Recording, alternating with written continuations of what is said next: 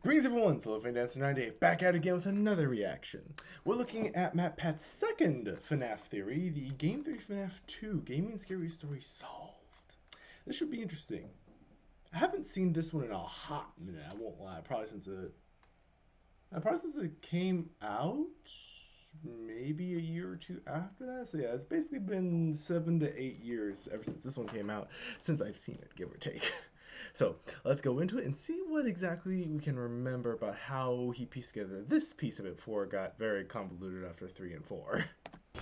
Hello? Hello? Oh, hello, and welcome to the new and improved Five Nights at Freddy's 2 video. I'm here to answer any questions the game may have left unanswered. Do you think? The game's developer, he's a pretty tricky guy. Don't worry, though. We'll get everything cleared up. Oh, and watch out for the puppet.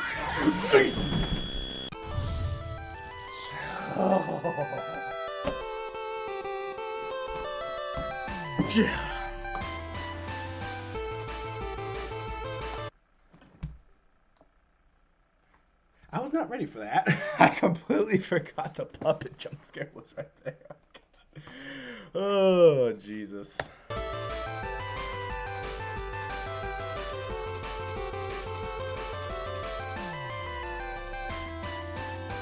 Hello, Internet. Welcome to Game Theory, the show that promises not to include any more gratuitous jump scares, unless that's just what I want you to think, so I can lull you into a false sense of security and scare you again. But I wouldn't do that. I'll just let the uncertainty of whether a jump scare is going to happen or not drive you insane for the rest of this episode. Man, I love reverse psychology. Rude. You know what else I love? These games! Not because I'm freaked out by the rosy-cheeked, tingle-looking, emotionally dead animatronics. Okay, well, Balloon Kid is pretty messed up, but whatever. No, what I appreciate about these games is the level of thought that went into every element of the story. When you create a game that has people rage debating about whether it's a sequel or a prequel, you've definitely done something right. Unless that was never your intent, in which case you've done something horribly, horribly wrong. Anyway, the point is, Five Nights at Freddy's 2 looks to be everything you'd want in a sequel. More cameras, more danger, and more fan.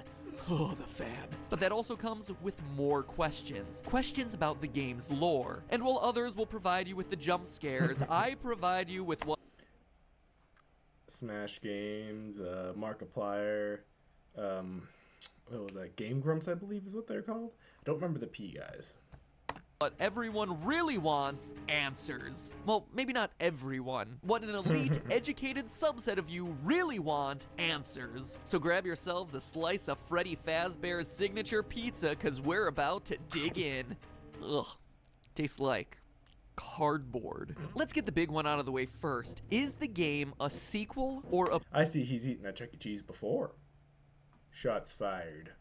Prequel sequel. And what I mean by that is, contrary to popular belief, just because it has a big 2 slapped next to the name doesn't automatically mean the game comes after the first one in a timeline sense. Yep. It's a sequel, yes, but it tells a prequel story. Take for instance these all-time classics, Psycho 4 The Beginning, Lion King 1.5, and the actual all-time classic Godfather Part 2. All of them sequels that just so happen to also be prequels. It's not mutually exclusive. So where's Five Nights at Freddy's 2 fit in? Knowing its place in the timeline is crucial for understanding its story. Well, to figure that out, let's focus on the paycheck you receive at the end of your 5th night. The date places the events of the game in 1987, a whole 6 years ahead of when we determined the first game took place in our first video. Sounds like a prequel, but we found that date in the first game by calculating Mike Schmidt's hourly pay and comparing that to the minimum wage of the 90s. If Scott Coffin, the game's developer, is just picking random numbers for the payments, this bit of evidence would be meaningless, except that he's not. At the end of Five Nights 2, you get paid $100.50. Divide that by the 30 hours worked and you get $3.35 an hour, the exact minimum wage for 1987, which means that us using minimum wage calculations to identify the year of Five Nights 1 is a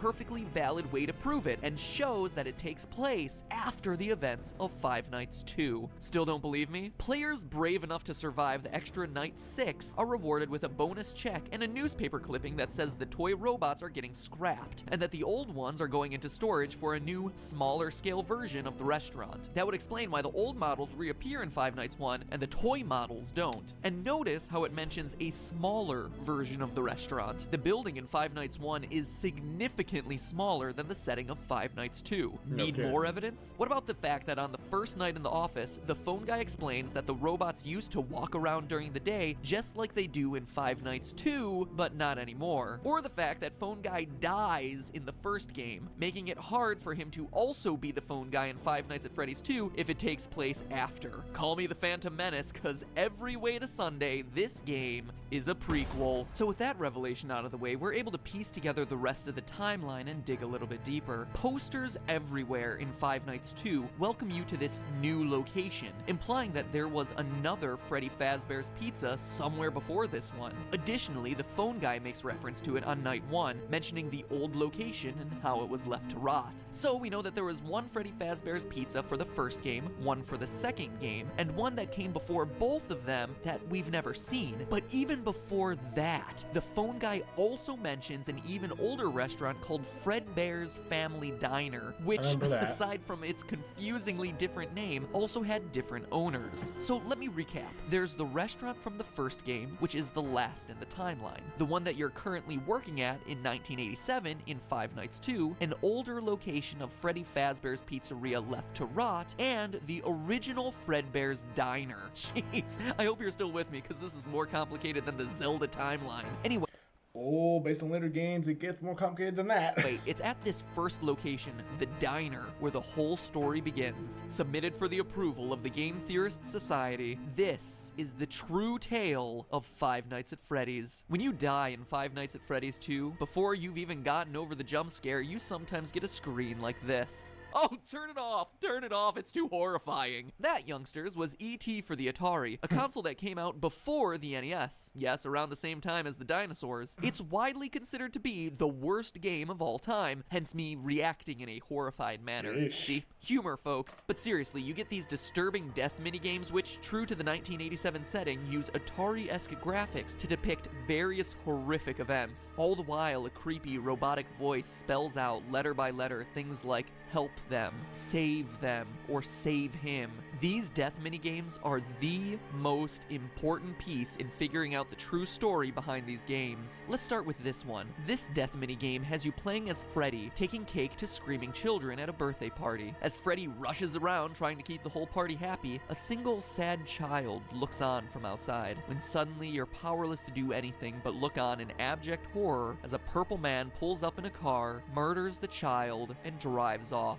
It's my belief, loyal theorists, that this game takes place at Fredbear's Diner, and is chronologically the first event that we see in this timeline. How do I know? Well, it's a small Why does he keep pulling out the Golden Freddy little glitches? Sheesh. establishment, and there's only one animatronic, Freddy, as opposed to all the other games which show other robots. But more importantly, this murdered child is the one that sets everything into motion. One of the new tasks added to Five Nights at Freddy's 2 is winding a mysterious music box that we're told placates one of the animatronics. If you fail to wind the music box, what you're introduced to is this terrifying thing, the puppet. It looks like No Face. That's the one that got me in the beginning, dang it. From Spirited Away. You know what else he looks like? Take a look at that murdered child again. See how his tear tracks remain visible on his face, even after he's dead? If we assume that they'll continue to stay with him into the afterlife, we can make a pretty good case that this kid's murdered spirit eventually found its way into the puppet animatronic. But that's not all. What jump scare happens after this Save Him minigame? After seeing this tear-stained child's murder reenacted in 8-bit,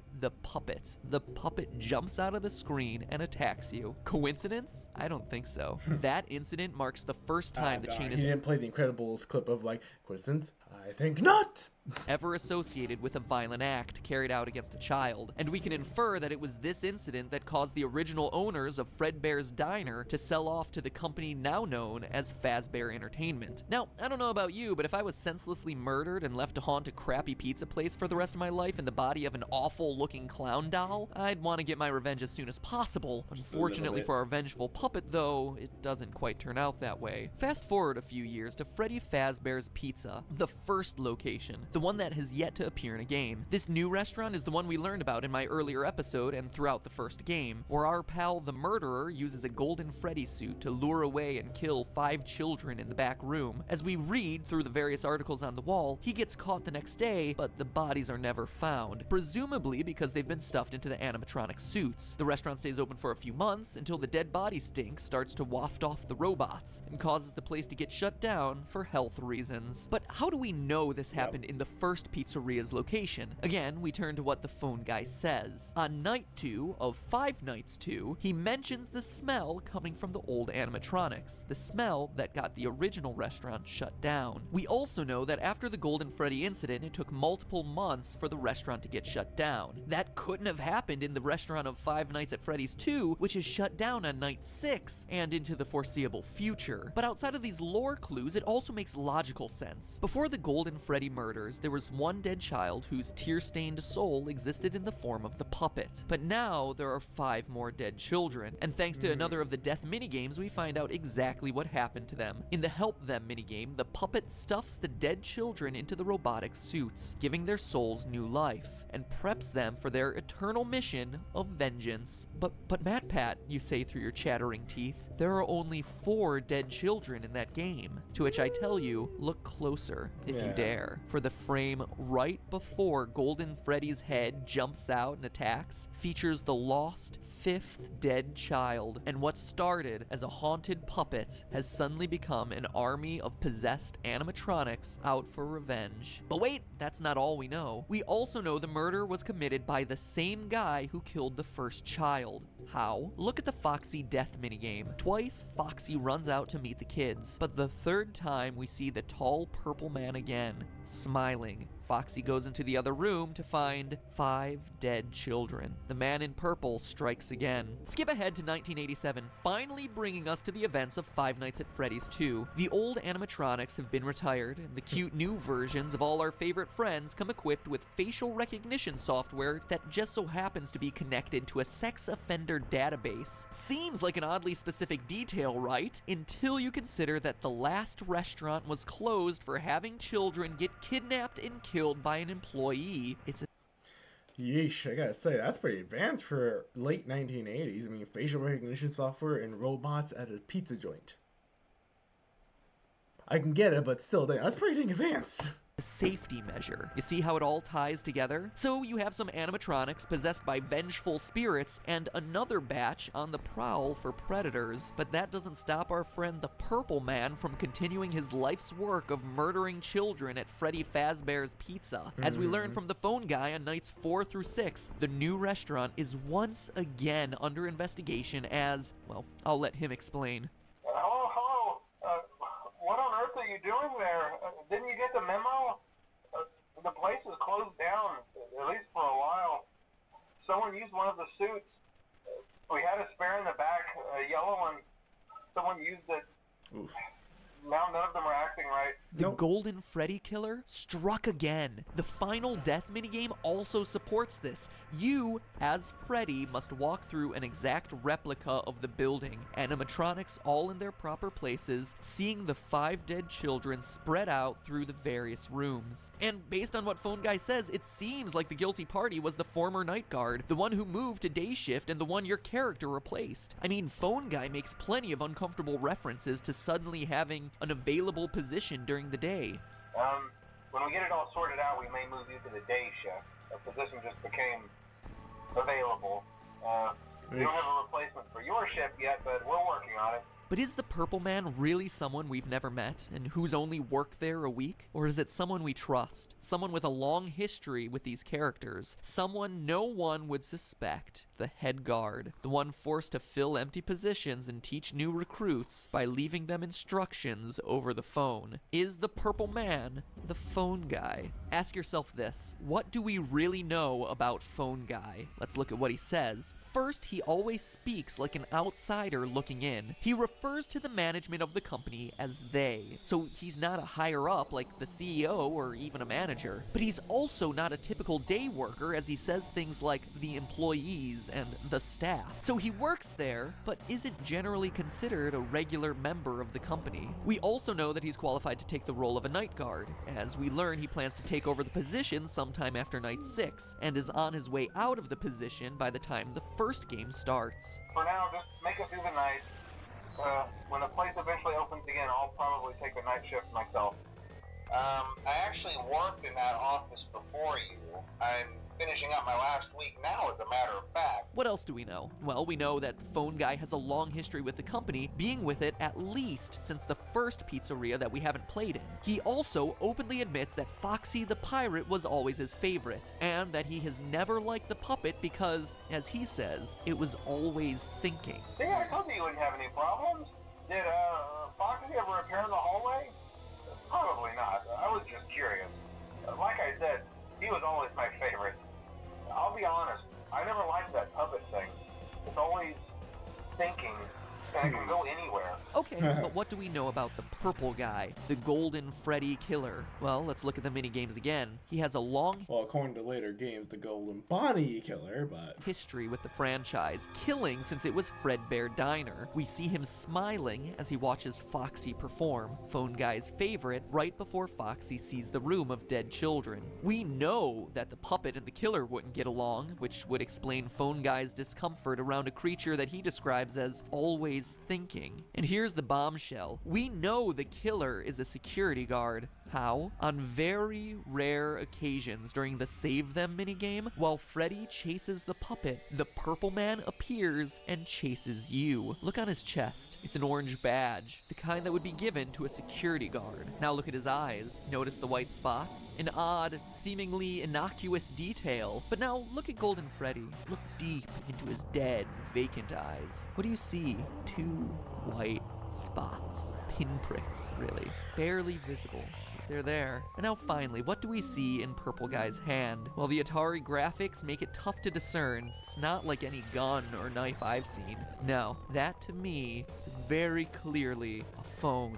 The robotic voice is spelling out for you, save them, save them. But when Purple Guy, Phone Guy, catches you, the screen crashes and all you're left with is, you can't. But that's not where it ends, Internet. As you and I both know, there's still Five Nights at Freddy's 1. If this game is last in line and the puppet is truly pulling the strings behind all of this, you might be asking yourself where he is in Five Nights 1. We know the other animatronics got scrapped, but this ghostly guy should still be around if this timeline I proposed is correct. And get this, the puppet is in the first game. Take a look at the east hallway. Seems pretty normal, right? But every so often, the posters on the walls change to this, a crying child with two streaming lines down his face. Look familiar? It should. The Five Nights at Freddy's series is about vengeance. One child, 6 children, more, looking for revenge against a sick child killer. The purple guy, the guy who just so happens to be the first voice you hear when turning on these games.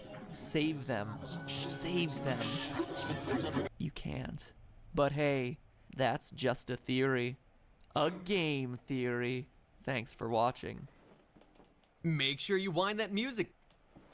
oh, if that was fun. I forgot about that. Foxy was always his favorite, and according to this, the phone guy is William Afton. And then the Michael Afton, the older kid, wore a Foxy mask all the time. Maybe that influenced it somehow? Let me rewatch the rest of his theories to confirm that. But this is turning out to be very interesting. I'm liking it. So, hopefully you guys are enjoying yourselves with this Octoberween, as it were, for reactions this month. Because we're going to be doing creepy videos all the time. And the FNAF videos with all the creepy deaths and mystery, it tend to work for that. So you guys take care. I'll see you in the next video as we keep on going through the Five Nights at Freddy's theories. Take care. I'll see you there. Bye.